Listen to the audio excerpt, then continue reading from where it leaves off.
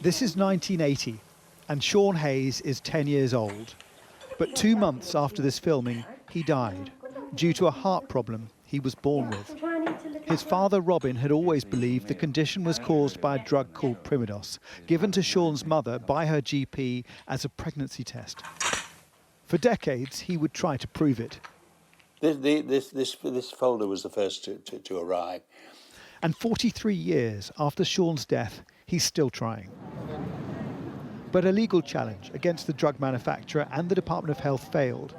Earlier this year, a judge decided a group of over 100 claimants didn't have the evidence nor the resources to mount a case. Robin was among those threatened with the manufacturer's legal costs unless they promised never to make another claim. They're asking us to agree not to claim and to make no further claim at any time in the future. Yeah. On balance, I think it's fundamentally threatening. Yeah. It's designed to scare the wits out of people. But just months after the case collapsed, a new study has been published. A leading researcher in Sweden has spent 2 years compiling evidence concluding the drug does cause malformations. Professor Danielson says Primodos could have the same effect as the morning after pill. The synthetic hormones in the drug, including norethisterone, if given to women with naturally low progesterone levels when pregnant, could cause the uterus to contract, starving the fetus of oxygen, which could damage whatever was developing at the time. So depending on when in pregnancy and you're having this hypoxia, the oxygen deficiency event, when that happens, that also tells you what type of malformations you could get. So if it's early on, it could be more severe.